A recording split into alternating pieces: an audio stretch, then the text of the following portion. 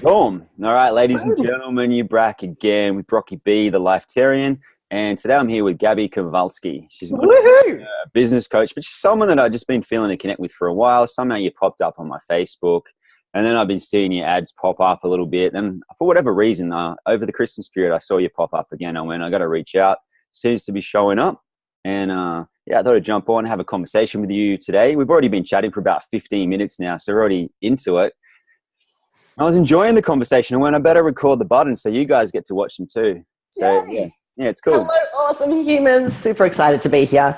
Hello. Hey everybody. I've even included one of my favorite things today. That's one of my favorite things, my skateboard. Yeah, so just straight off the bat, I just want to introduce it with that. What are some of your favorite things to do?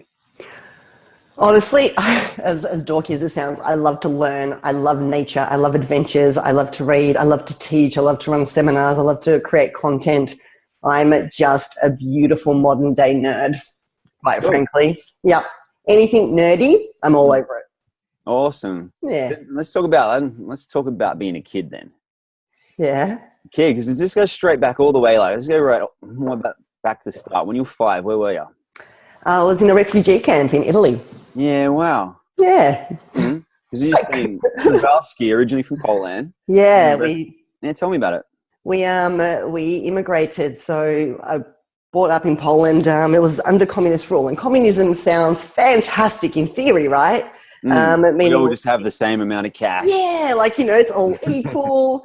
In reality, and how it was executed was, you got vouchers for food and had to stand in queues, and there was police roaming the streets, and there was a curfew at 10, and these people would literally shoot at you if you were out past 10, and so it was pretty controlled. And my parents, bless their little beautiful hearts, decided to envision a better future for us. And one particular night, they had us pretty young, so they were 18, 19 when they had us. So in their early 20s, I'm about 4 or 5, my brother's about 6, 7, and Dad's coming home late from work, and he was with the boys drinking beer, and he's past curfew, and he's 23, and quite frankly has a bit of 24, has a bit of Dutch courage in him. And they used to lie on the ground in the trams when we lived in the city, because these idiots would shoot at the trams just randomly. Yeah, right. He gets out of the tram, and there's 2 soldiers that are coming towards him yelling, papers, because you had to have special papers to actually be allowed out past 10. And Dad doesn't have papers. Dad's a bit tipsy, so Dad decides to bolt. And he's a few blocks away from home. So he's running and takes a corner. These soldiers are literally starting to shoot at him. A bullet skims his shoulder. He makes it into our apartment building, runs up the stairs, and that night the conversation around, leaving and escaping the country got pretty real for them. So they risked everything. You weren't actually allowed to leave the country. If they got caught leaving, they'd go to prison, and we'd go to an orphanage, even though we've got family. Some really weird structures. And so they sold everything they had, bought return trip tickets to Bulgaria, told us we're going on a holiday, didn't even really tell anyone, because if it came out, it was pretty dark. I'm, expecting this awesome holiday. All of a sudden, I'm waking up to barbed wire and, more soldiers, and I'm living in a refugee camp for about a year. Yeah. What was really cool about this refugee camp, my parents are just beautiful humans. I owe everything to them. They taught me how to have a vision and how to hold that vision and just keep moving towards it no matter what. And every night we'd sit around and they'd talk about koalas and kangaroos and bananas. And, so I was so excited to have my first banana that literally when I had it handed to me, Brock, I bit into it, and I'm like, ugh. Was it pasty? Was it like one of those ones you get from? No, I just didn't know you had to put. I didn't know you had to put it. And Dad's taken it off me, peeled it, and I'm like, oh, yum, right? But yeah, so they would literally every night paint pictures and tell us what we're going to do, and this connect to the vision. Mind you, they literally turned to skin and bone just to feed us. I ran around with shoes 2 sizes too big for me, but what was really cool, I found this abandoned house where all the stray dogs used to go and deliver their litters of puppies. So I literally every day I'd go to this awesome, abandoned, falling down house, but it was filled with puppies. Kids paradise. Oh my God. Like to this day, when I smell the top of a puppy's head, it just takes me straight back. You know, I'd like lie on the ground in this house and puppies would crawl all over me. It was awesome. So, yeah, that's something pretty cool. But yeah, that's what I was doing when I was 5, learning how to speak Italian and playing with puppies, quite frankly. You know, I'm always fascinated by people's childhood because it brings something through. And I'm a new dad now. I got a little guy, he's 8.5 months old. And, you know, part of the whole game I'm thinking about reminiscing on childhood is I had an easy upbringing, so I created my own struggles. You know, private school, big house, not ridiculously wealthy parents, but wealthy parents. But did you have a house of puppies? One. Yeah, just saying. We had a puppy named Pepsi, and we had a cat named Socks. But when you talk about cats, for me, it was literally going over to a friend's place when I was a little boy, and they didn't de-sex their cats. So more and more cats came over to the house. Had a cat house. And I think it's nicer to have them separate to your actual house, but it was still, it was nuts. Yeah, crazy. Fair enough. It's funny too, because you're right. Like, you know what, like we've got choice in life, you know, and at the end of the day, there's a lot of people that have faced adversity, but then, you know, turn that into something that's negative and use it as an excuse in life. For me, I don't know, there was just like this burning fire to, you know, to make my parents proud, to make it worth their while to sacrifice the way they did for so many years to create something here. You know, 2, I think it's like for me, because we didn't have much growing up, it had me think of ways that, you know, we could do stuff. So my brother and I literally started our first business at the age of like I was 7, you know, he was 9, and one 7 or 6, no 7. And so one weekend, you know, mum and dad are working overtime and, you know, and doing the best they can. And we're like, my brother and I just wanted to help, right? And like, how could we help? And then we're like, you know, what if we go around the neighborhood, knock on houses and offer to wash people's cars for $5, right? And so that was a lot of money back then. That was, seriously. Yeah. But it was, you know, custom job, but 2 people, like this is hand washing, right? And so we literally grabbed a bucket, a sponge, and dishwashing detergent, right? Yeah. And we grabbed our buckets, our sponge and dishwashing detergent, and here's these 2 little immigrants, right, who barely speak English.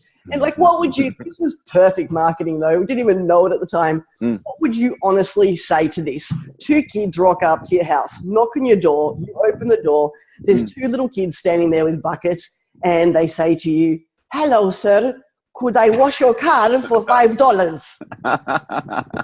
You know, how the crap can you say no to that, right? Yeah, I love it. And it was interesting too, like when I look at, you know, to me, I think we're all born with unique gifts and skills. And when we tune into what they are and really like expand them in our life and live from them, life gets pretty delicious. And so for me, you know, like entrepreneurship and business was just something that was natural to me. Like I still remember we're getting these clients that we're putting a lot of effort in. We're like hardworking little, you know, immigrants, off the boat kids. And we're doing a great job. And then like, I don't even know how we knew this, Brock, but we're like, you know, they go, "Thank you. It's a great job.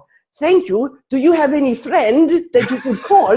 Oh, referral marketing. No shit. And so like when I reflect back, I'm like, dude. And so they'd call their friends and they'd be like, "Yeah, my friend, you know, Bill, number 12 Drummond Street." And so we'd go there, "Hello, Bill," you know, wash his car.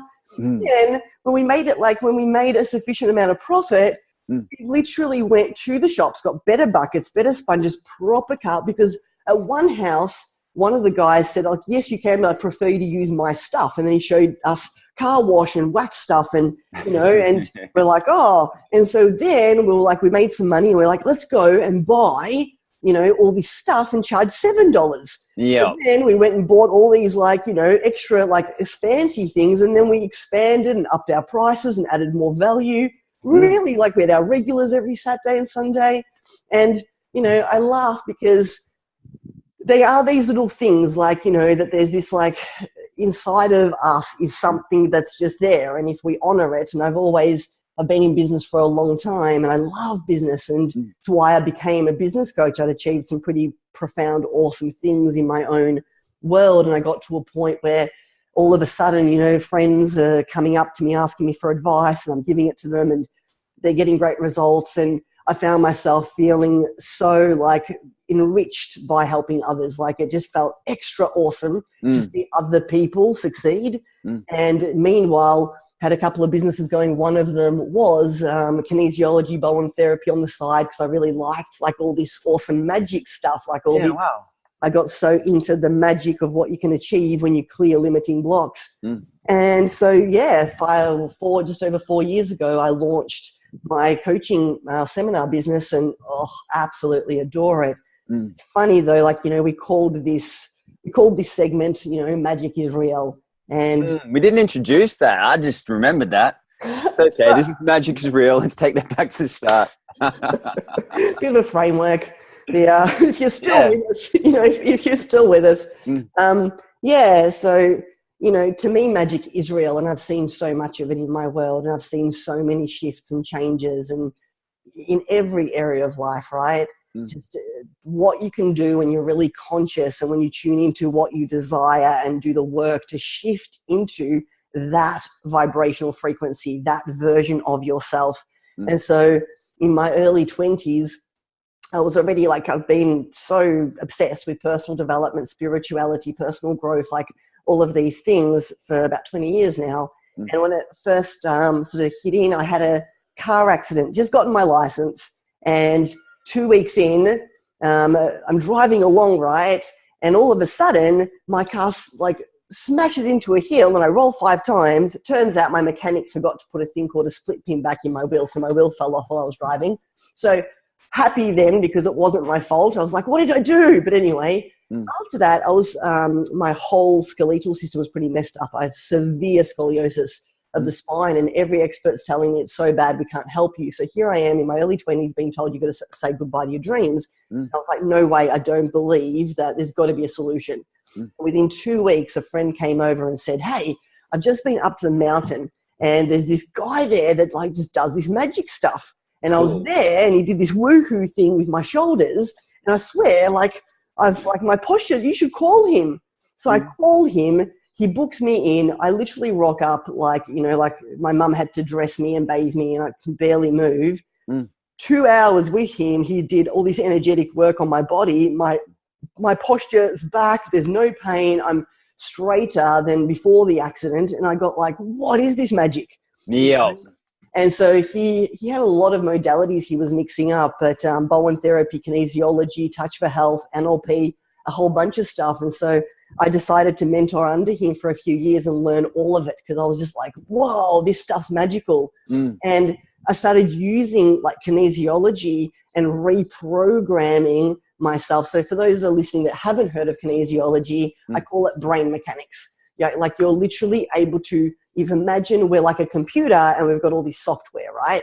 So with a normal computer, you can update software. You know, we do updates all the time. Kinesiology is this awesome pathway to upgrade your software, to get rid of old software and install new software. So, you know, in my business back then, which was selling water purification systems, and I'm literally using kinesiology to shift myself to, you know, to like shift myself into different vibrational frequencies in order to call in greater results. And at the time, this was a direct selling business. So we literally, the team, we went door to door selling high-end water purification systems. The hardest form of selling there is, right? Like it's door to door is nuts. Door to door is nuts. But it's fun too. I love it.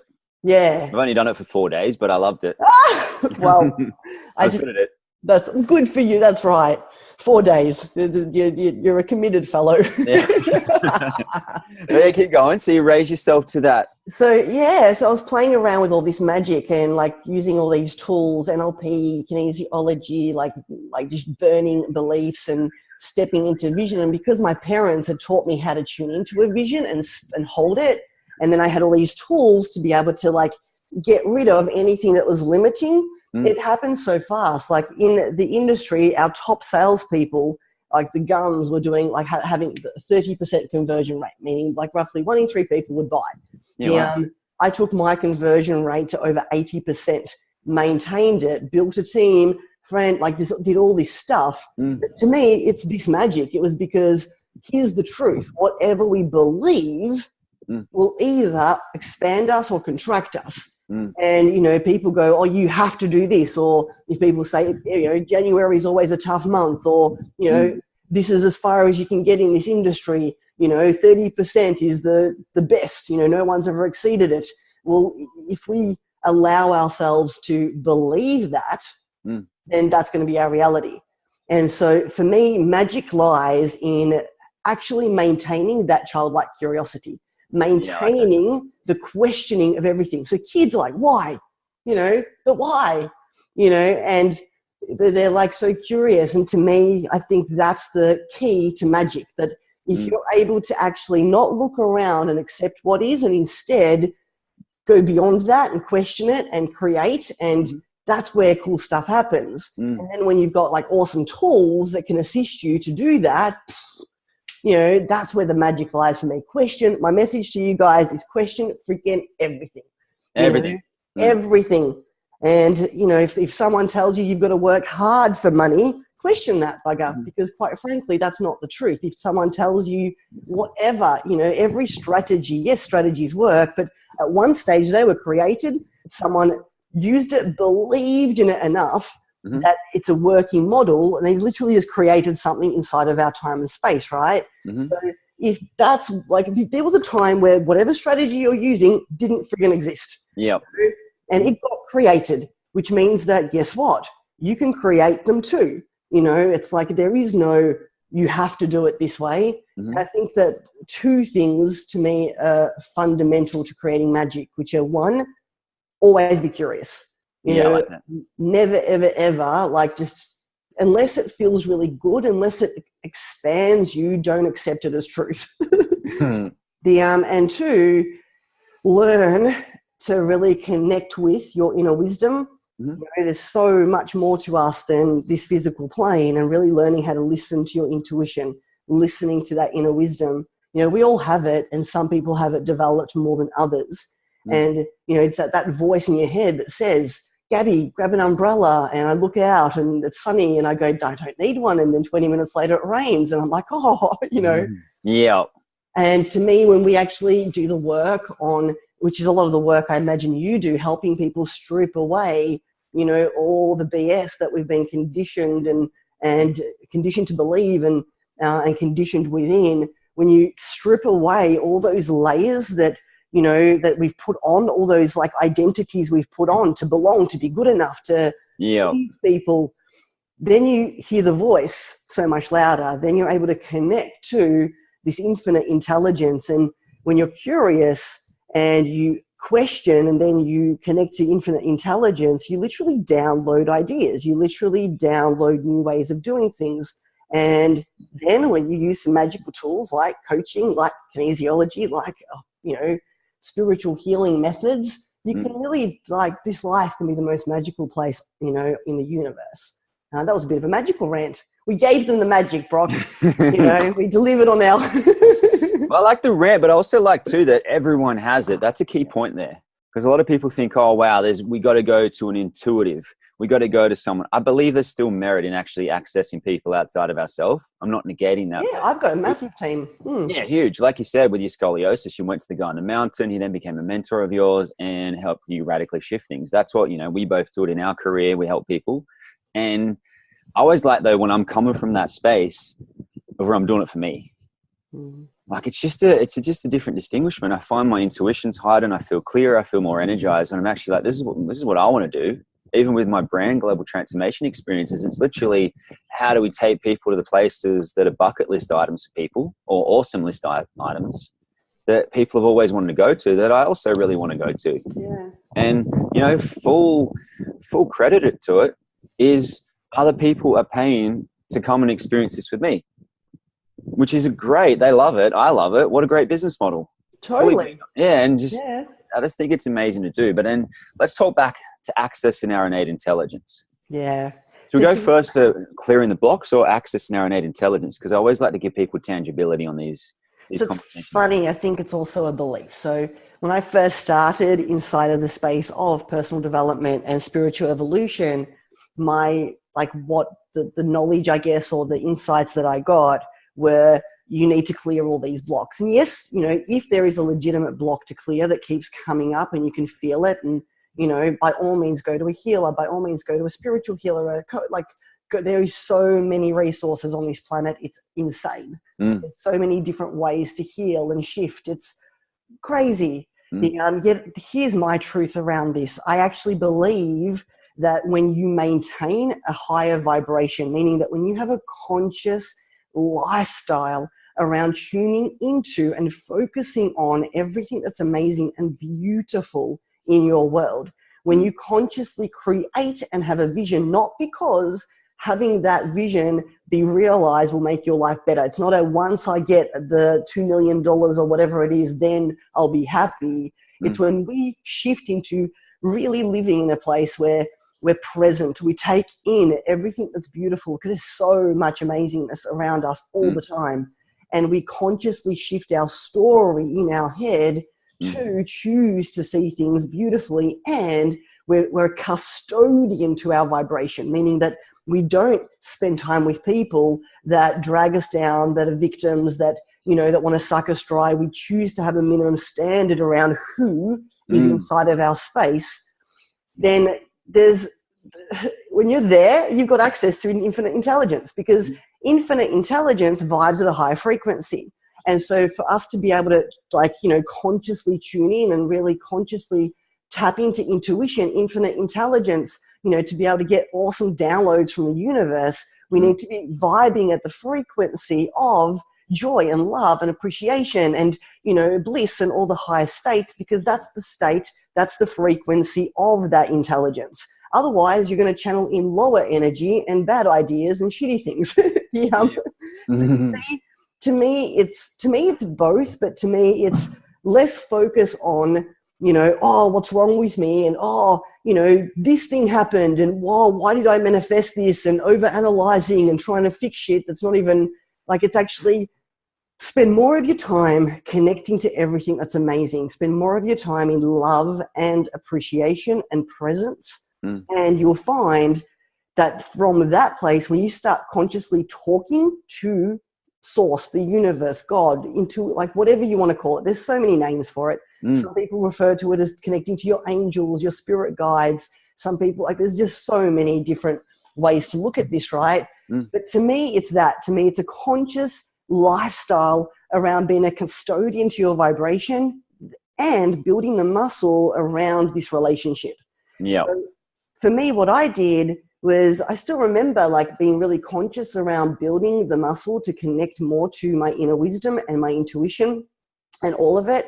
I would literally, Brock, go for walks, and I'd make sure I leave my phone and everything at home, and I'd go for walks in nature, because nature is something I really value, and everyone's got their own things. For me, nature really connects me to this part of myself. But I value nature, I value beauty. And so, you know, and when I walked, I'd walk around and I'd be really present, and I'd look at the trees and I'd kind of like imagine I was seeing them for the first time and put myself into this beautiful state of, like, presence and appreciation. And then I'd simply start talking to my soul. And at first, like, not kidding, it was, hey, soul, hello, you know, and I just start talking. I'd be like, hey, so this happened today, and how are you? And at first I didn't hear anything, you know. At first, I was like, I'm just going to keep talking and building this bond, this relation, until all of a sudden I heard the intuition. It was like a two-way conversation. And it was like your higher self, my higher consciousness, this love vibration, you know, talking inside of my mind. And it was beautiful. And so does that make sense? Like, to me, it's raise your vibration, consciously connect to having a chat, and keep talking, and with the positive expectation that you'll hear something back, and then before you know it, you can't shut them up, you know. Does that make sense? 100%. Well, the thing I love is that when we're openly talking about this stuff, a lot of the success that I had in my career was that I would actually just say I was in sales. Yep. I'd sit there and I'd put my hand on the steering wheel of the car and go, we need to go where we need to go to make the sales today. Is that clear? Boom. And I'd be out. Or I'd have an infinite intelligence or wisdom to actually, instead of going out for, leaving the house at 7 a.m., everyone's like, go out there early, make the sale, everything like that. I went, well, if I was at the job, I wouldn't want to see people straight away. I want to come in, have my morning cup of coffee, relax for a bit, get some of the stuff I need to get done for the day so I'm clear and focused. I'd come in like a fresh. You got bulletproof coffee? No, it's not bulletproof. It's just normal one. Just a nice coffee with almond milk. Yeah. Just checking. I got a bulletproof one today, but I would literally float in, like, just come in, and when you come in with that energy, and then I walk into the place I was going to, and I bless it, and I just sit there. I'm going to bless this place. I'm going to add so much value. I'm going to contribute everything I can to this place. I got amazing results in sales. The particular place, though, what I worked for, they said, well, you're doing that sometimes in 20, 25 hours a week. You need to be doing 50. And then my sales sucked. Yeah. I get you. So you got to know yourself. Is that the yes. point? Yeah. Oh, totally. I love that. And I love that you actually, had the ability to tune into that, because once again, but this is going back to question fucking everything. Yeah, 100%. Sometimes I swear because I get excited. Are you allowed to swear? Question everything. I was the same. So inside of that industry, it was 6 days a week. And I went, you know what? Like, it was 6 days a week because some days people wouldn't sell, right? So more of averages, and the commissions were really high. So you really only needed 3 sales a week to have a decent 6-figure income. And I still remember going, I don't like working 6 days a week. I'm going to instead work only on the days where there's 1 to 3 sales a day. Yeah. And I reduced it down to 3 days a week and 80% conversion rate, and you get the picture. But it's the same thing, knowing and listening to yourself. Guys, I cannot tell you the importance of knowing yourself, but in order to know yourself, that's where I feel spiritual development and personal development comes in. I don't like, for me, it's not, mind you, I guess I've done a lot of work, so it depends on where you're starting from. But for me, it's actually learning about all these different windows to look through, to identify what your soul core frequency code is, what your values are, what drives you, your program. Like I said before, like if we're like a really sophisticated computer system, it's learning what software you have available to you, because most of us don't even know. Most of us don't even know most of the software. It's like, it's like giving a laptop with, like, that's completely hotted up, to an 80-year-old who doesn't even know how to start it sometimes, And so to me, personal growth, and the work I know that you do, right? It's connecting people to their truth, their essence, their, like, just when you connect to that, when you know who you are and you honor that, magic happens. Coming from here more and more, that's all I want. Like, when I look in someone's eyes and I'm present with them, I just want them to get to where they feel this here, whatever that is. And then the challenge comes in all the noise that comes from everywhere else. Once they truly know what they're here to do and how to do it, and all the different information comes, it might not always be that clear, but that feeling, I just want people to, not to hold on to it from a place of struggle or resistance, but to just, that's what I really want to do. That's why I always like examples like Walt Disney. He went bankrupt 7 times. Basically, he wanted to make sure the world was a fun place that had magic in it. He went through everything you can imagine, but the legacy that he's left is incredible. And, just to see examples like that, not everyone's a Walt Disney, not everyone's whatever that thing happens to be, but everyone's them. That's what I'm always looking at, even bringing up a child now. When people say he looks like Brock or he looks like Christy, I go, no, he looks like Taj. He looks like him, he looks like this beautiful thing, and endeavoring to bring that through with him so he has his own space. But really quickly too, see that skateboard there? Yes. I said I'm going to put skateboard. Back to the skateboard. Yeah, back to skateboard. So how I said there was a reason, kind of like you saying grabbing that umbrella, there's a reason I was bringing the skateboard in. I do it all the time. I'm now being more public about it. But one of the things I've been able to do is I talk to people's bodies. I talk to people's businesses. I talk to people's consciousness. I talk to whatever I need to. Yeah. Yes, but that skateboard, I walked into a shop. I had a feeling to go into a shop for whatever reason. Walked into the shop. The little guy, he goes, "My name's Z Flexi. You got to grab me. Retail $150. The guy will give it to you for $120. I didn't ask for a discount. Guy goes, retail 150, little skateboard. He goes, but you're not going to want to ride it. It's literally an ornamental board. You put it up on the wall. You don't really ride it. It's quite dangerous. It's got small wheels. And please tell me you ride it. Everywhere. I was going to say, a little I was feeling sad for the skateboard. It's like, it's the skateboard's purpose in life to be ridden. 100%. And just having that little guy, that same way of connecting into the infinite, knowing magic is real. I'll be riding him along the Harbour Bridge. So, you go to Sydney, you go over the Harbour Bridge and there's a bicycle lane. I don't know if you've ever ridden across it, but it's like being in the Tour de France. All the guys are there in their hot pant lycra. And is that what you do? What's your colour? No, I don't have it yet. Never really got into the lycra, but I was there on my skateboard. Everyone else there on bicycles. It's a little bit different, a little bit weird, which I think is another, key principle. Be yourself. Might be different. Yeah. But I'm riding along on the skateboard. Totally.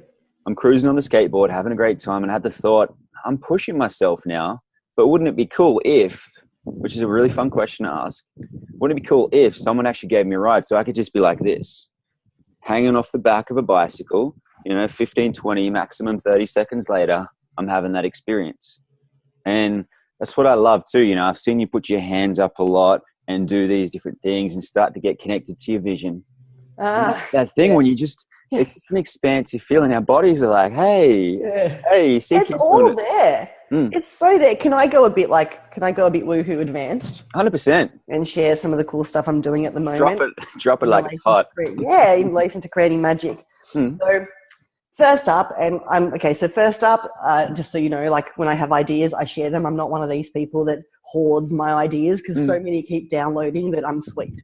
So a little while ago, I had this idea with virtual technology and hologram technology and all that kind of stuff. One thing that I'm actually just had a chat with my friend about this, and I'm actually motivated and inspired to get the ball rolling on this year, is to create awesome software where you can literally upload your vision. So it builds it out. Then you put like Google goggles on and the whole thing's a hologram that you can play in. So you can literally step into you're obviously, for me with business, they step into their business vision, and different parts of their life visions and play in that space, because I believe that when we actually tune into the what's already in the quantum soup, that's just needs to be called into physical reality by vibing at its frequency and being the version of yourself in it. When you step into that, you feel what it feels like to be that version of yourself. You stand differently. And you literally get insights, and it shifts you really fast. The technology hasn't been created yet, and if you're listening to this and you're thinking, you could totally play with that, then hook me up, because once we do launch it, for me it's literally giving it access to it for my clients in my mastermind, and when we do a lot of creation work and clearing work, and just getting them to achieve what's inside their quantum soup, I call it. To me, that was like, not everyone is super visual. So I'm super visual, meaning I can see it right in front of me, all of it. Like my visual cortex is extremely developed. I'm also highly kinesthetic, highly touch, feel based. So I can feel it. I can see it. Some people are more auditory. They live in the world of sounds more. And so what I've been playing with for a while, and it's what inspired this cool thing, right, is I will literally think of I'll tune into what the next experience is that I want to experience. And around, for argument's sakes, obviously I work with business owners. So, I'll go, okay, next business goal. So for me, it's because my business is so heavily impact driven. I see my masterminds bigger, venues bigger, bigger stages, all of that kind of stuff. So first I set the visual in, and it's beautifully it's awesome. Then what I do is I literally project that. I'm just moving around because I'm excited. I project that visual onto my lounge room, and so I can it's all there. It's imagined in the lounge room, and then I walk in amongst it and just spend time inside that quantum reality and be very conscious to upload and feel in and what's my vibrational state. And because I believe that when we're conscious around what our unique vibration code is for what we're wanting to call into reality, and we consciously choose to, you know, be that vibration, then we call it in really fast. So just for some of you that don't get what I'm saying, you know, vibrations are like an emotional state, you know. So if you're wanting to call in, you know, X amount of dollars and you want to do it because you feel like it will give you freedom and whatever, right? You know, if you first go there into that, imagine and put it on and then ask, like, tune in and go, okay, now that I have it, what's my vibrational frequency in the having of? Who have I become? And you go, oh, I feel calm. I feel present. I feel playful. I feel expansive. I feel my shoulders are back. This is happening. I walk like this, you know. And then what you want to do is take that data and consciously put that on, put that frequency on, put that vibration on until it's just who you are. And you call in, obviously take action, obviously take inspired action as well, until bang, it's in your reality. So one of my favorite magic practices that I've been playing with, and I don't know, this is like, I like playing with this stuff, has been projecting the cool stuff, you know, into a space, walking around in it, and, you know, seeing it, smelling it, tasting it, feeling it, like having an imaginary sensory experience like that. So yeah, if you're listening to this and you know that your visual cortex is pretty developed, and you, by the way, it doesn't even have to be. Guys, if you're really like, if you're someone who feels more, that when you close your eyes and you do visualizations, it's not a visual, it's more of a feeling. It doesn't matter. Project that feeling onto the lounge room, create like a, you know, like a, does that make, and just walk through the feeling.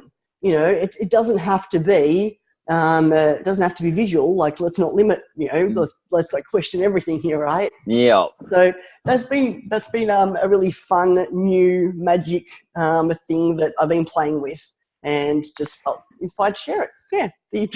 I like the shoulder bit too, just the playfulness. This is something as well, like even with conversations with people, even what you said before, if I'm not playful and moving my body, I'll cut it short.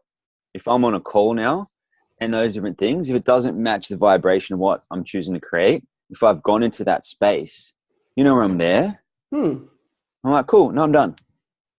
Like, just knowing what, and it's an interesting one too. I just want to make that point too, because you can go out and you're floating and you're feeling connected, and then someone tries to latch on, or whatever it happens to be that doesn't match that frequency or vibration. It's something I've been playing with too. It's been an interesting one as well, but just going into that feeling. I call it the magic carpet ride. Oh, I like it. Oh. And it's one of my friends who's been a bit of a spiritual mentor to me. He literally runs events where they have crop circles afterwards and all kinds of cool stuff. He's really into light technology and spiritual dimension. They make crop circles? Oh, no. Like, just literally they'll be running an event. At a crop circle? No. They'll be running an event at a place that just happens. And then overnight while they're doing things, they've had crop circles. That's freaking awesome. I was just messaging another buddy who's like a spiritual healer. He's about to go to Greece to chase down. He said a lot of their history is extraterrestrials. Yeah. But he talks about float, which is fulfilling, love, oneness, awareness, transcending. Fulfilling, love, oneness, awareness, transcending. It's a cool acronym. I like magic carpet, because then current circumstances, you know, there could be different things going on. We can talk about that too. Then going, well, how do I float above it and then actually have it so these things start to show up? Next thing I want to talk about, though, is building your business foundation. This has been like my last 12 months. This is where I wasn't solid. So my last 12 months, I got really tight. I've always been a bit of a natural entrepreneur, kind of like yourself, since I was a kid. I got a few little cool stories like that too. Yeah. But I never really, because it was just all fun for me like a kid, never really worried about the foundation. Then I went, well, now I'm building global transformation experiences. I want to build an empire. I want to, you know, build something that not just from a mission statement, but literally has the ability to impact billions of lives. Yeah. And I'm not one of those people to stand up and go, hi, my name's Brock Bowen. I'm going to impact 1 million people by this. You know, it becomes quite standard in the personal development industry. I'm aiming to go beyond personal development, bring something different through. I love that. So love that. So I'm the same. Like, it's like beyond personal development. Everything I do, I teach my clients how to channel content, how to connect with marketing masters. Fuck yeah. Channel their funnels, and like, you know, and just, it's like, why wouldn't you? Why wouldn't you do that? Right. I'm gonna play with that more too, because I have on certain elements, but I'm going, well, where am I not adding all these different things in? Where can I do it? Yeah, 100%, I will. I'll let you know. Yeah, I'd love to hear. So your question around foundation, what is it specifically? Just for me, like, it's just, I love being up in this energy. And for me, building like the foundation out, it's almost felt like I've come down off that. And because you're doing it wrong. Yeah, okay, that makes sense. Yep. So to me, the first thing I do with a new client, regardless of if they've been in business for 1 year or 20 and they've already got 6 or 7 figures, is I always look at the foundation. And to me, foundation is made up of magic, though. It's your vibration, how you think. You know, so if your thinking is not a match for your vision, there's work to be done. That's the foundation. Two, you know, there's a whole bunch of vibrational shifts that need to take place in order for you to be able to step into, you know, the vision. Two, from a more strategic perspective, there's really 3 things that hold a business up. One of them is brand, the other one is market, and the third one is innovation and product range. Now, branding, you know, is actually energetic work. Apart from logos and colors, the rest of it is deep energy work. It's literally creating a life force. It's creating a life, you know, and giving it, you know, yes, a vision, yes, a mission, yes, a story, yes, a message, yes, you know, a character, personality, values, virtues, all of it. But it's been very artful and channeling and connecting to what is this, you know, what is this that's wanting to come through and expand and impact the world. So it's actually doing a lot of energy work, a lot of magic work, right? And being very, and obviously like knowing, you know, what makes it up.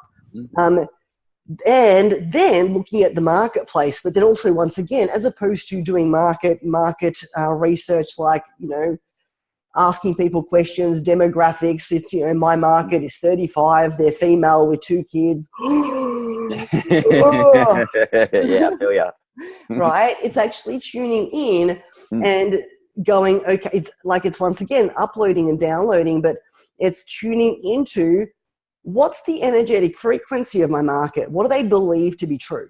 You know, what do they truly, like, who do they aspire to become? What do they, you know, what do they desire? What's in their quantum vision? You know, but beyond their consciousness, beyond the, you know, superficial, at what level of consciousness are they, especially for us as coaches, right? It's like, it's doing market research, not from a research perspective, but wait for it, from a creation perspective, from literally tuning in to your intuition and saying, who am I here to serve?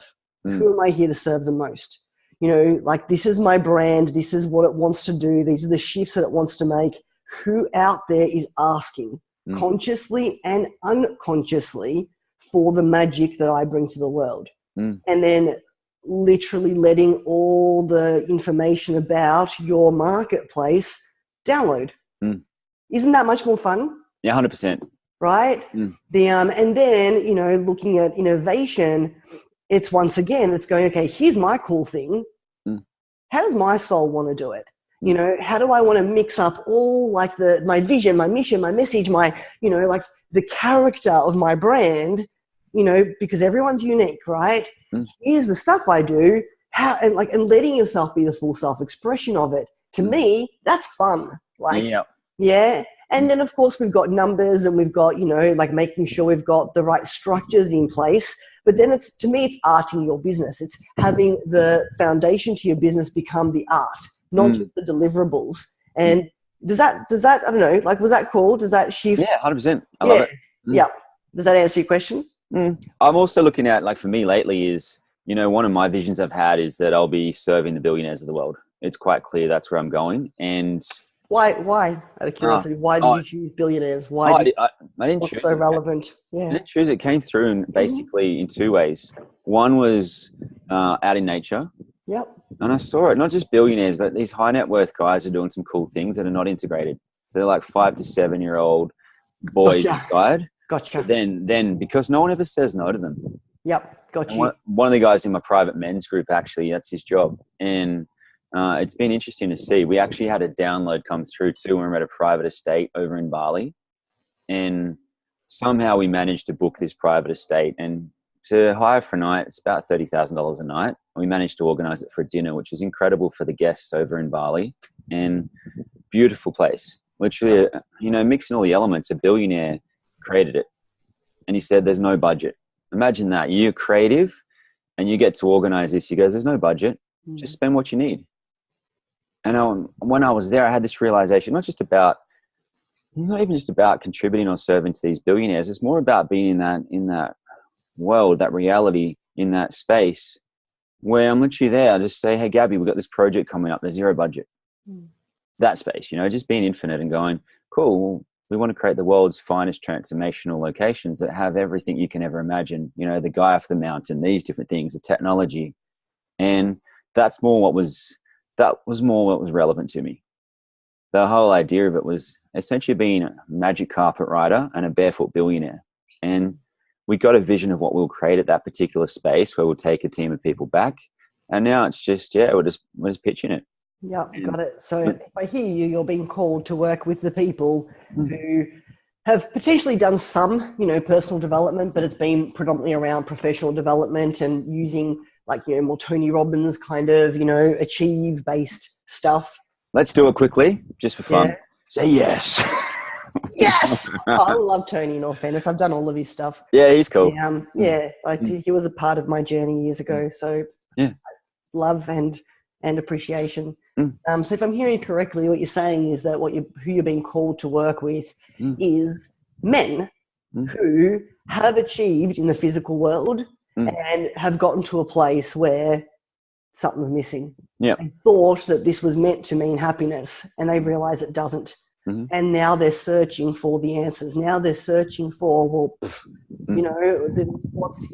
next? He comes to you and teaches them how to, integrate everything, to be physical and internal, to be able to, really see. For me, when I look at spirituality, I'm curious what your thoughts are.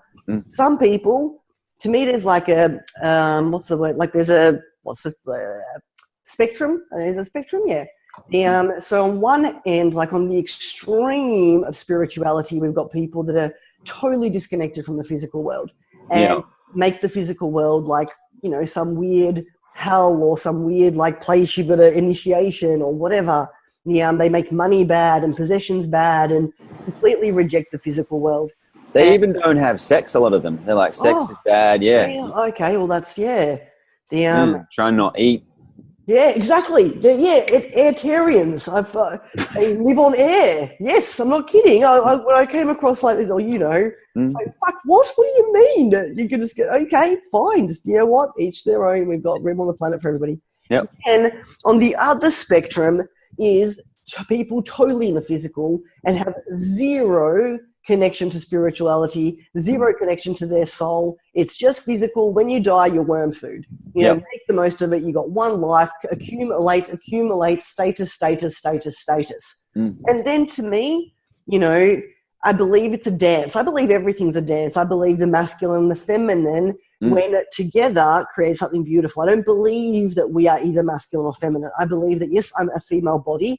Yes, I've got, a lot of, yes, I am female, yet I love tapping into my feminine and my masculine. Yeah, of course. And so same with this, we're on a physical plane and we have a spirit. If we deny one or the other, we're actually this is our, this is all we see. And we're missing out on the deliciousness of what's available here. And so if I'm hearing you, your client is on the physical spectrum, has probably done, they're not quite at the end, right? Because to be at that end, they wouldn't even be interested in your stuff. Yeah. They've gotten to a point where they've done some stuff, but they've only ever maybe done personal development. And, you take them beyond that. They still feel like something's missing, and you're assisting them to come into this beautiful dance between both worlds. Yep. Is that what I'm hearing? That's it. And also the other way I was going to say that showed up too, my friend and I claimed, my friend Ryan Nasser, who's a guy you love as well, we just said we're going to Necker Island with Richard Branson when it shows up. And it just happens, like you say, it happens quickly once you have the vision. At the same time as my boy was born is when he went. And he now has a personal relationship with Sir Richard Branson, which is kind of cool. Like a lot of people go there, but they just go there to try and, I don't know, impress. Yeah, they want to, they want the photo of Richard. Yeah. But he was there, and I went, well, wouldn't it be cool if we could create something of the caliber that these guys would actually come to our events? Yeah. I kiteboard, I surf, I did all these other things. And I went, well, cool. If I had all the money in the world, kind of tune in again too, what would I actually really want? I'd want the deeper connection. I'd want the playfulness, the fun. I want also be able to share what was going on with me. Because you're a billionaire, you can't really share much. Well, that's the thing too. Like I've noticed in my own journey, you know, it actually, like every time you step into a larger frequency, it gets lonelier. You know, that's in any mastery. You know, if it's the mastery of money, if it's the mastery of personal spiritual evolution, if it's the mastery of like anything, right? Because at the end of the day, the masters aren't the masses. And I still remember for myself, like, you know, I love what you're saying, because what you're saying is, how can I add value? You know, if human beings would actually walk around getting that we're one, getting that it's about value, it's not about trying to take from others, it's not about trying to, you know, oh, let's go hang out with Richard Branson so I can potentially, you know, up-level myself, you know, have some social proof because I've got now a photo with Richard, you know. Oh, yeah, we should get a selfie now already. Just that's the thing we do, right? Yeah. Always, yeah, I know. Yeah, you know, and if instead we actually approach it as how can I contribute? How can I add value? You know, how can I improve, you know, and elevate this person? Come from a place of give, not take. And it just changes the game. And I also know for myself in my own business journey, the more money I accumulated, you get to a point where you don't have a budget. I don't have to worry about spending money. If I want something, I go get it. I love the freedom in that, right? At the same time, something shifted in me, like, you know, a few years ago. It's why I launched this business, because, you know, my coaching business, because you want to grow more. Like once you've actually done a lot in the physical world and you've achieved what other people deem to be kind of, you know, difficult to achieve or whatever, you're left with what's more, and then you're left with yourself, and you're left with going inwards, and you're left with expanding, you know, your ability to be present, your ability to receive the abundance, your ability to really enjoy all of it.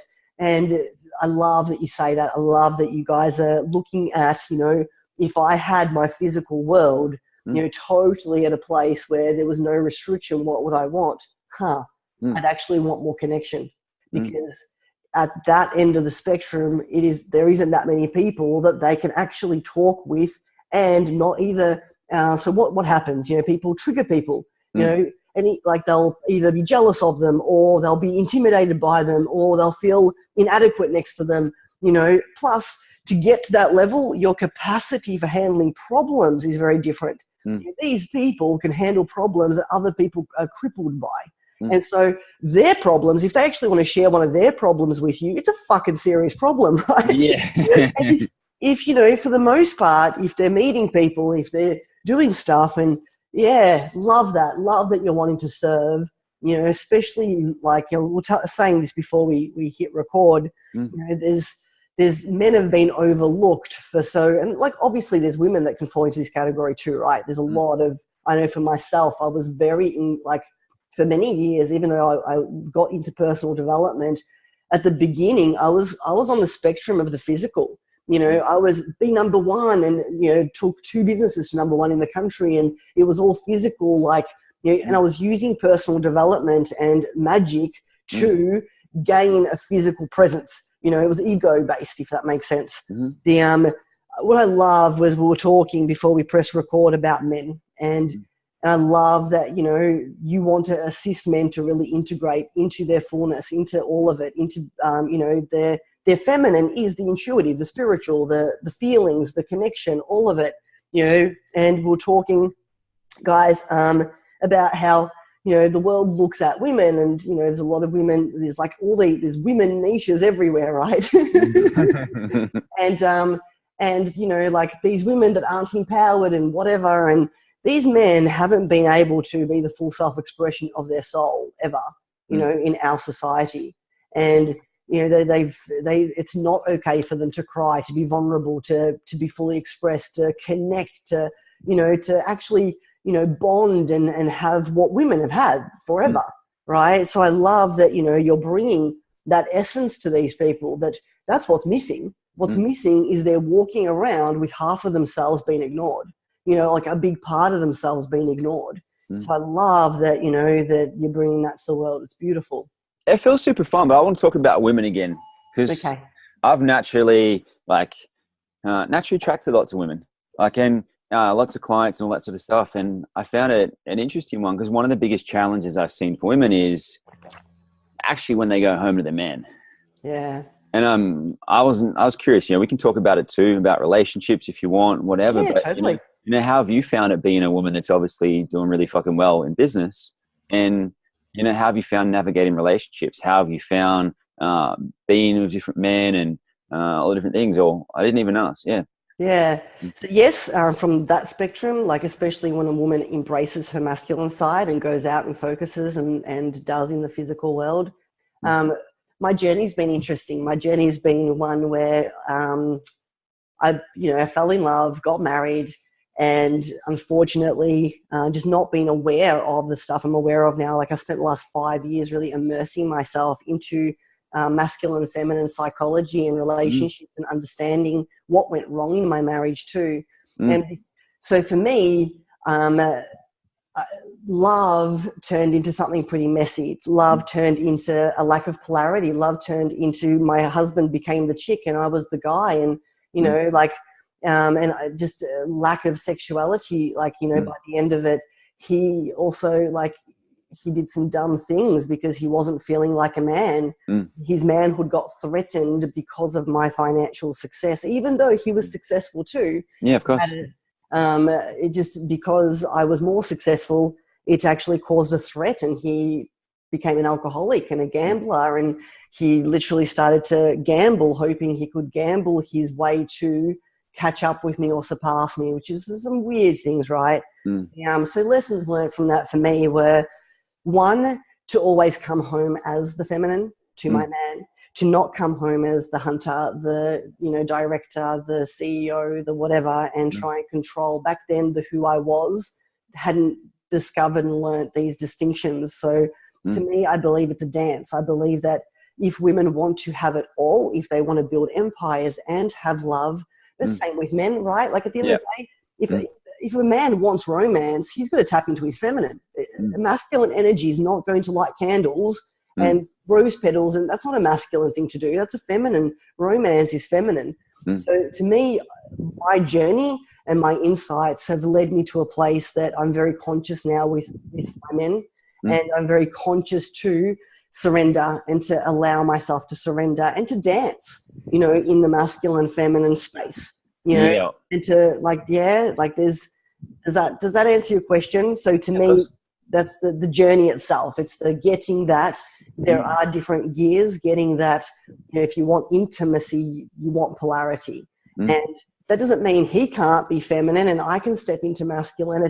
It's actually dancing together and being in the vibration of rapport and love and making their needs your needs, and just having this beautiful respect, you know, gorgeous respect for each other. As women, and I know a lot of powerful women, we want to come home and surrender.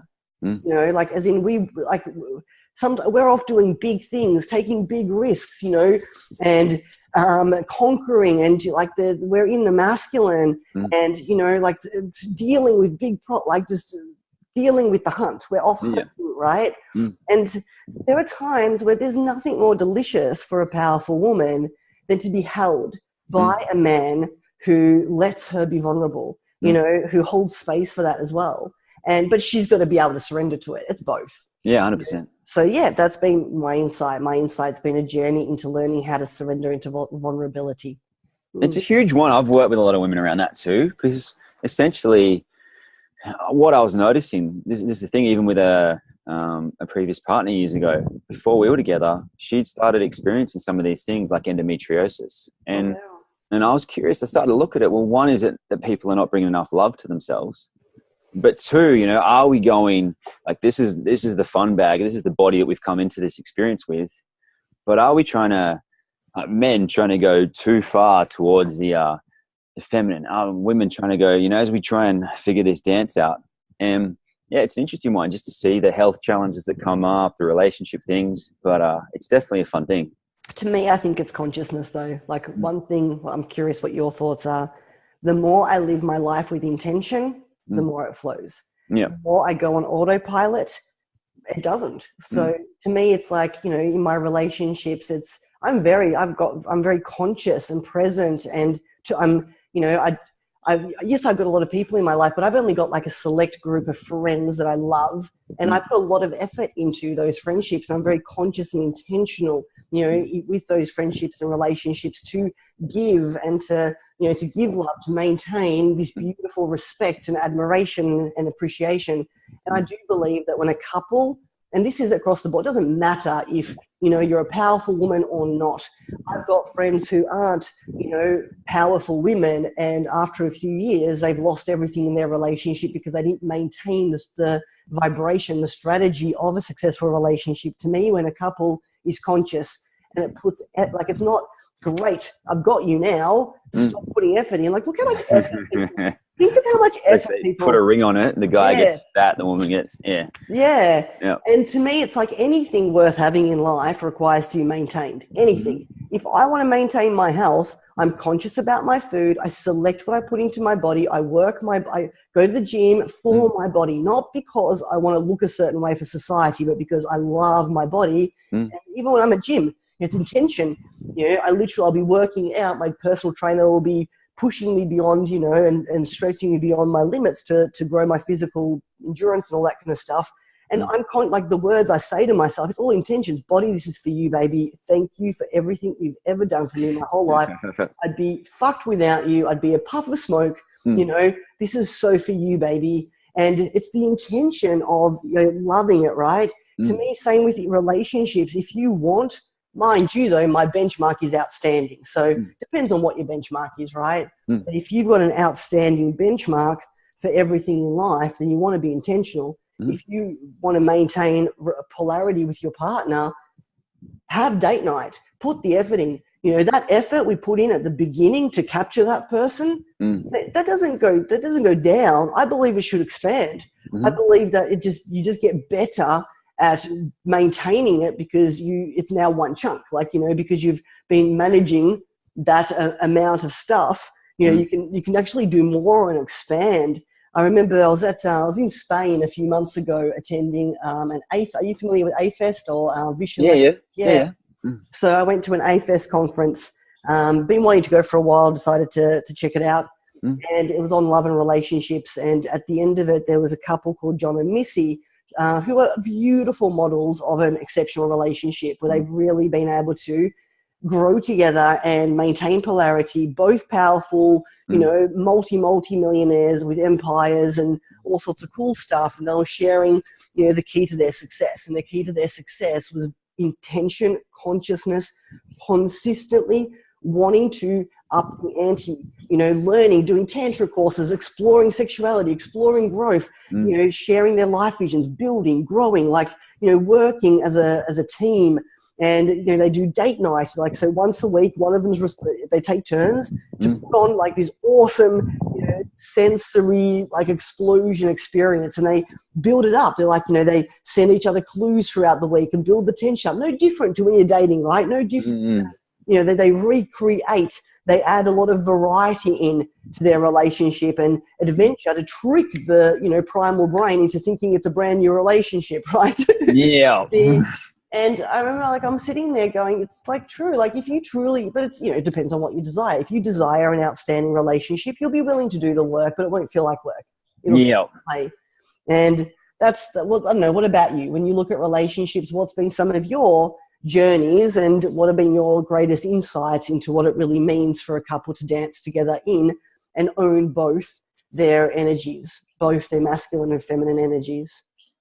For me, the first thing is, individually, we don't judge ourselves, and as a couple, we don't judge each other. That's huge. Yeah. One of the biggest reasons why I'm with Christy is she's with me when I'm on and she's with me when I'm off. Everyone, you know, back in my 20s, there's this, I got a lot of energy now. In my 20s, everyone will call me Brock 5000. Brock 5000. Just, you know, like a power tool, you know? Like Gotcha. Yeah. Yeah, so you can kind of get why I wouldn't get the reference, right? Just putting it out there. I've got props. That's why I got a drill. I got a skateboard. You got to have props next time. But anyway, this is cool. That thing is that I looked at is basically being on the same page. Like, again, having an intentional, having a collective vision. And I use the word frothing, but just loving on each other. Like, wow, I just love you. Not because you're doing anything, not because you're saying anything, not because I'm just like, I look up at my family. My little guy sleeps in the same room as us. I just look across, he's 8.5 months old, and I look at his beautiful mum and, you know, the gorgeous Christy. I'm like, wow. And the dynamics of our relationship continually shift. Being a father's new. You know, you go from being super sexual. It's not as much right now. And that's been an interesting one for me. It's challenged me. And it's things change and evolve. But the love, for me, it's just, I look at it because my previous relationship, Christy and this lady are friends. She actually lives on the Sunshine Coast because her and I had a vision that would live on the Sunshine Coast one day. This is my ex.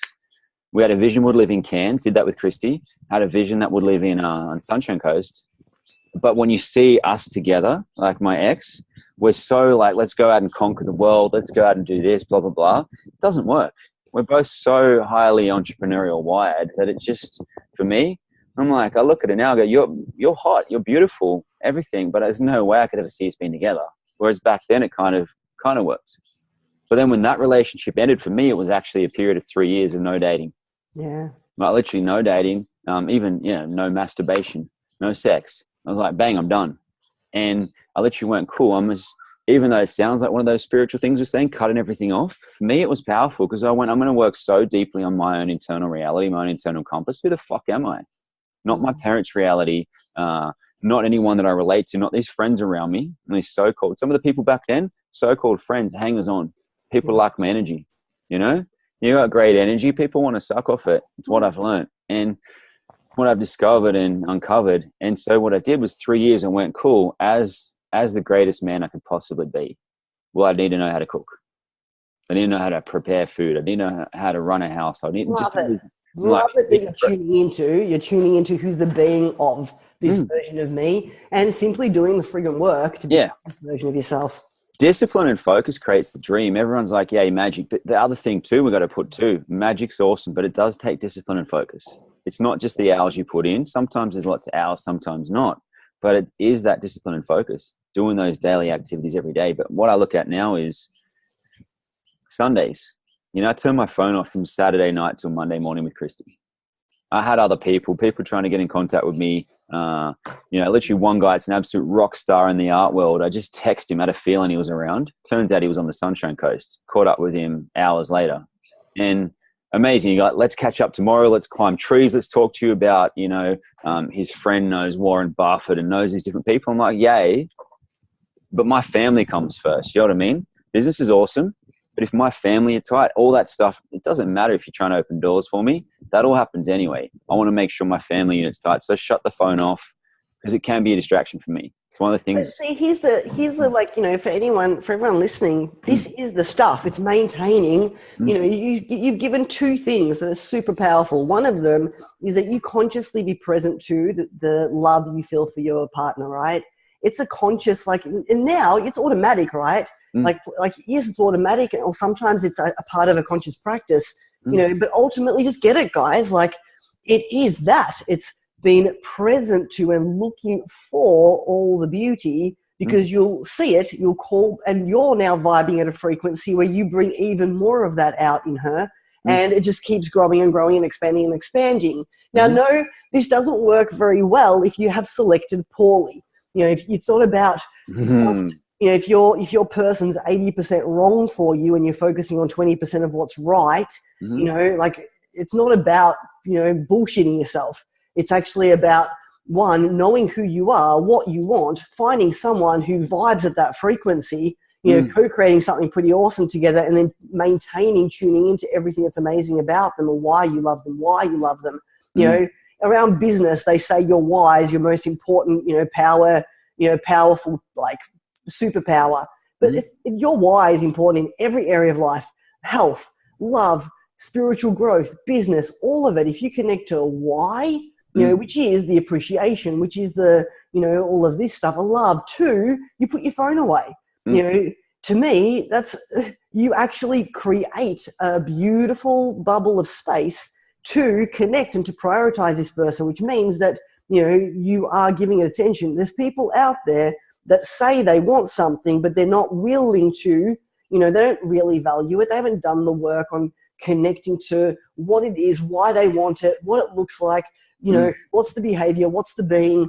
And to me, gosh, if you're not willing to put your phone away, well, like if I hang out with friends, you know, we have a rule that our phones are put away unless we're, you know, doing content marketing and we're using our connection, like unless we're filming it or whatever, or doing an Insta story, then the phone goes away. Yeah, we're not sitting there on our phones. We're present with each other, you know, and massive, being present.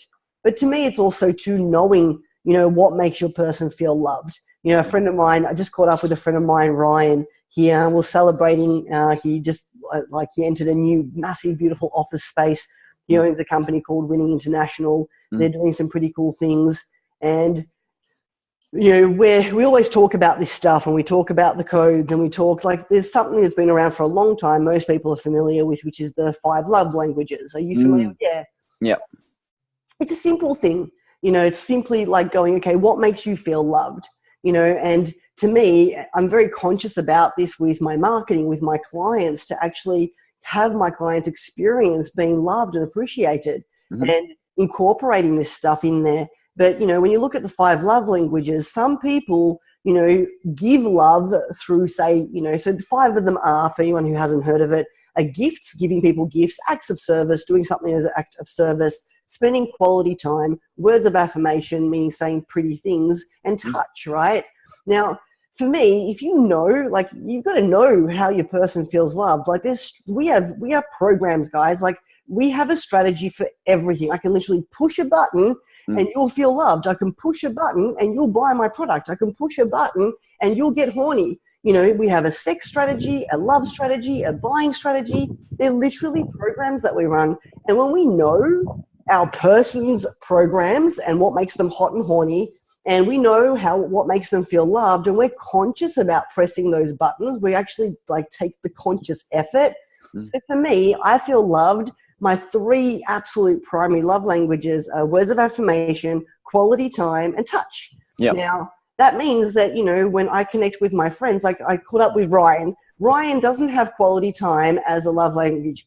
But because he knows I do, you know, we put out like a 2.5-hour slab of time. So I get my quality time.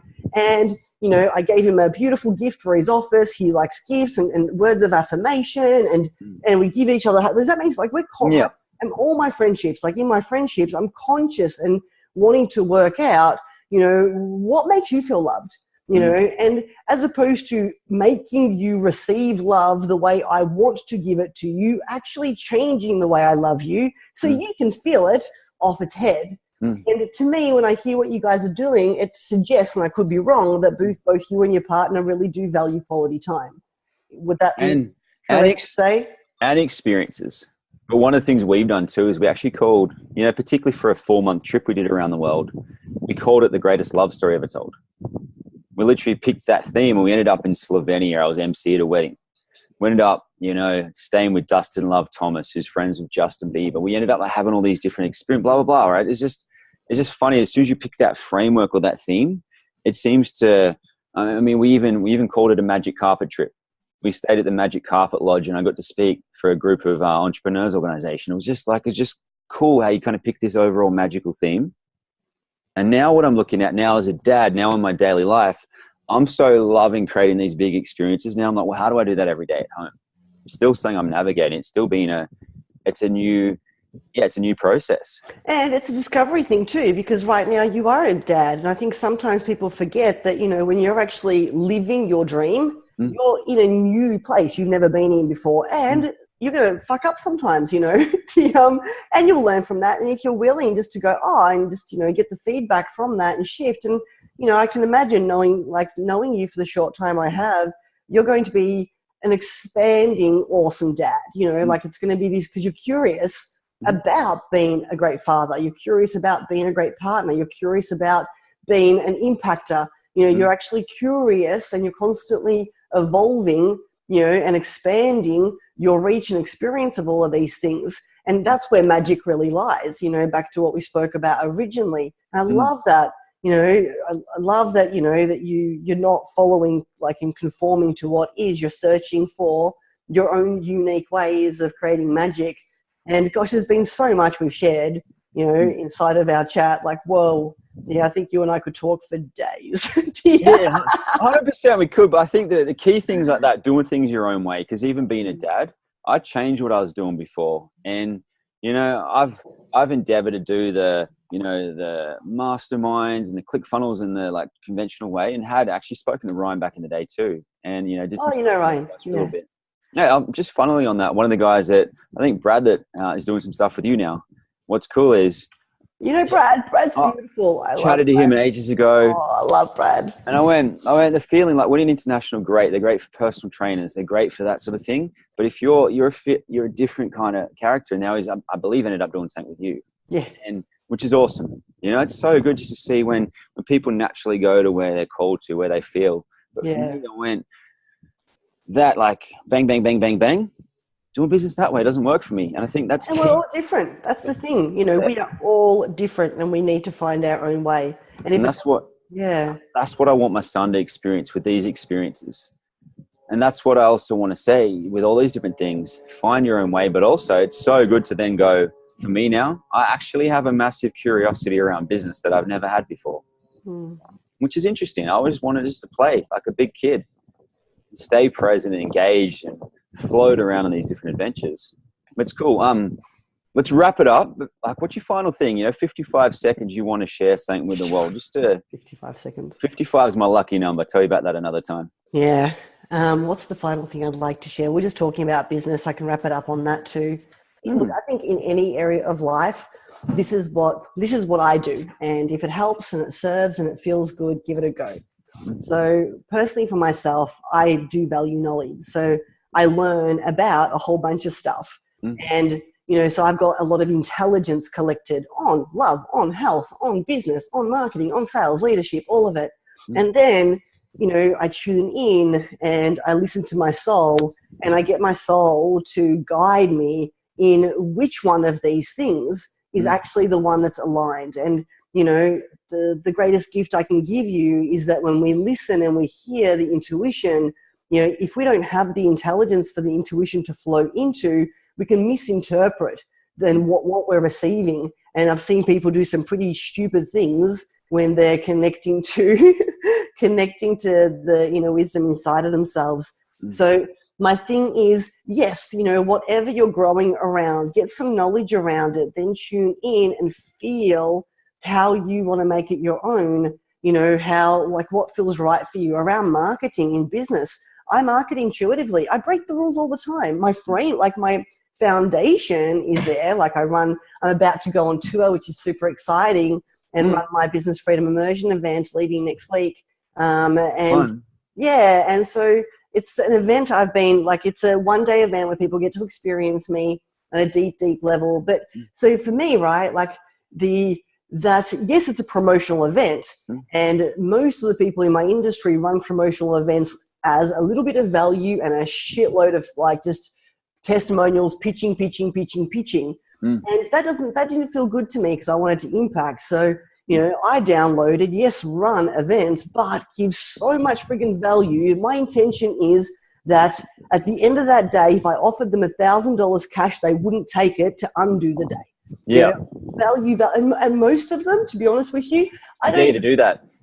Just like 10 greenbacks, throw them out. Who wants them? But I get that. It's awesome. Yeah, that's my intention. And what's interesting, right, is to me, like when we start to go, okay, get what's available, what are really like awesome working marketing models for your business or whatever goal you've got, right? But then tune in to feel, what's actually in alignment for you. How, like, what is it, like, what are you downloading? And for me, like I said, like the last one I ran, I didn't even pitch. Like I wanted to give them so much that I went overtime, and at the end literally said, okay guys, I don't have time to tell you about my stuff, but you know what, all you got to do is go to the back of the room, put your name and number down, book an appointment, have a chat to me, and I'll tell you about how I can help you. That was it. And then all these people are putting their names down, have a chat with them, and literally had 100% close rate of everybody that put their name down because of the fact that I gave value. So that's what I want to leave people with, that, it is both vibration and action. You know, it's not just sit there and vibe good and a Porsche will rock up in your driveway. It can, but, you know, but it's actually, we are in a physical world. So if we're going to embrace both the fact that we're physical plane and we're spiritual, it's tuning to the vibration of what you desire, then take aligned action, you know, action that's, you know, that get the intelligence sometimes around your goals. You know, if you're wanting to build your body, you might need to learn a bit more about the physical body or whatever, and then be guided internally and trust your intuition. If your intuition's telling you, you know, that one particular marketing source in business just doesn't feel right, go with the one that does, you know, which is what you're saying, you know, and I think that's important. And I know for myself, you know, my clients are people that are they're mission-driven business owners that live their purpose, have turned what they love to do into a business, you know, and they're also highly evolved individuals. They've done a bunch of work on themselves, and that's why I can have all these like high-level conversations with them, because they've already done a stack of personal development, and we go beyond that. You know, we go into really like magicking and having phenomenal results, and my clients get ridiculous results. Like, you know, I just got to get SMSs off them all the time, but this is why they do this. You know, one of my clients just messaged me saying, Gabby, I can't freaking believe it. The more I let go, the more I surrender, the more I co-create, you know, it just keeps coming, leads and leads. And we're on holidays, thousands are popping, like there's just like, it's just, whoa. You know, once you tap into this magic and play with it, not only do you get physical results, what you truly get is a level of fulfillment, a level of happiness, a level of bliss, joy, childlike curiosity, playfulness. It's just the best. So that's my 2-minute ending, because clearly I don't like to stick to time. That's right. Yeah, we've gone over time. I've got to run out with Christy and a little Taj in a second. But one of the things I love to share with people too, you know, some of your listeners are going to see this. A lot of my listeners are going to see this. And essentially, I love this little tool where you just put a golden beam between my heart and yours. And if you like to catch up, you go, I'll see you soon. And that's how, like when I travel around the world, I talk to my body every day and I command it to go out and create the most magical experience ever. And now I'm actually going to start that in terms of accumulating wealth and being great at business. And some of the things I've not really been amazing at just yet. And just going, cool, just like let's connect to those things and command our body to actually be infinitely intelligent in these particular ways, and then bring in all the information that's required. And I play with this more and more, but I literally just say, you know, I want to catch up with even like Lisa Messenger, the collective, just to use someone you might know.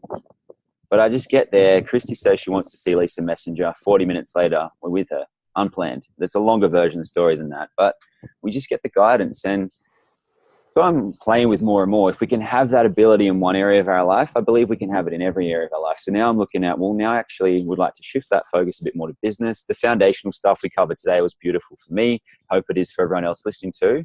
Appreciate your energy, your time, your wisdom. And let's definitely post a link to those events so people can have access to that. Yeah, for sure. Guys, I'm running it for free. So you're welcome to come. Sydney, Melbourne, Brisbane. Come play with me. There's still a few spots. We actually just expanded the venues to be able to hold more people. So love to have you there. And Brock, super fun. Thank you so much for having me on your show. Thank you, Brock's awesome audience, for hanging out with us and having this beautiful conversation. Mwah, lots of love. Oh, yeah. Lots of love to everybody, and have fun on your trip. Best ever.